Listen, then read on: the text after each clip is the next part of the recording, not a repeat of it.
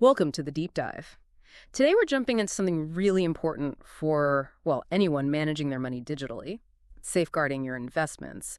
Just shared some great sources about a new measure from SEBI, the Securities and Exchange Board of India, and it feels like it directly tackles a growing worry for investors. It absolutely does. As digital finance, especially with UPI, becomes so dominant, that bedrock of trust is just crucial. The SEBI initiative, it's not just about adding a security feature. It's aiming to reshape how trust works in this super fast digital economy we're all in. Okay, so let's unpack this safeguarding idea. The sources pointed to a specific problem SEBI's tackling. What's the actual challenge here? Is it just about scams, or is there more to it? Well, the immediate trigger is definitely the rise in UPI-related scams. We're seeing fraudsters getting, frankly, quite clever.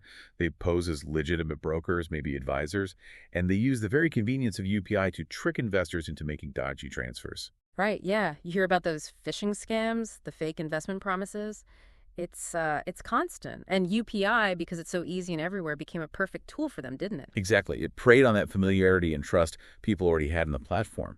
So SEBI really needed to act, especially for retail investors who might be more vulnerable. So what's the fix? I saw something mentioned called SEBI Check.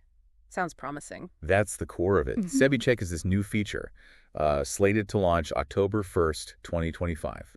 And its main job is simple but powerful. It lets you, the investor, verify a UPI ID before you hit send on that transfer. Okay, interesting. So how does that actually work in practice? Do I need another app or something? Is it going to slow things down? Good question. They seem to have thought about the friction point. You'll either scan a QR code, like you often do now, or just type in the UPI ID manually. Then the system, kind of behind the scenes, instantly checks the linked bank account number and the IFSC code. Checks it against what? Against SEBI's registered entities list.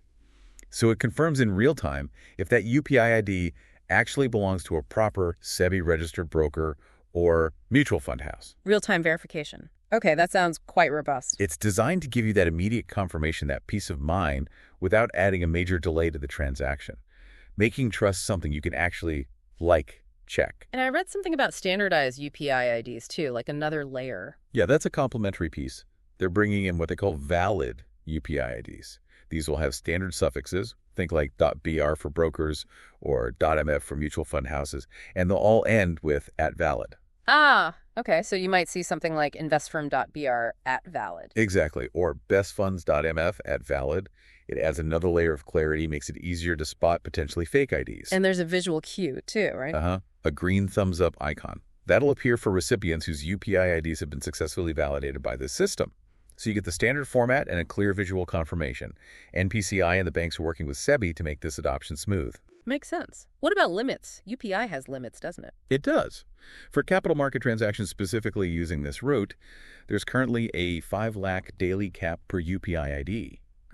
But SEBI has said they might look at that again, consult with NPCI to make sure it works well in practice. Right. I saw that quote from the chairperson, Tuhin Kantapande. He said, with over 130 million unique retail investors, it is essential that they can transact through a system they trust. That really puts the scale into perspective. Absolutely. It underscores why this is so critical. It's about combining these tech safeguards, like the ID check, with that real-time verification.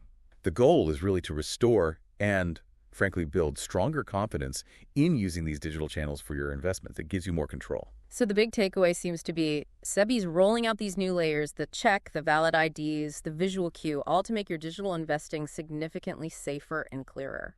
Precisely. It's a focused effort on building verifiable trust, which does make you wonder, doesn't it, thinking bigger picture?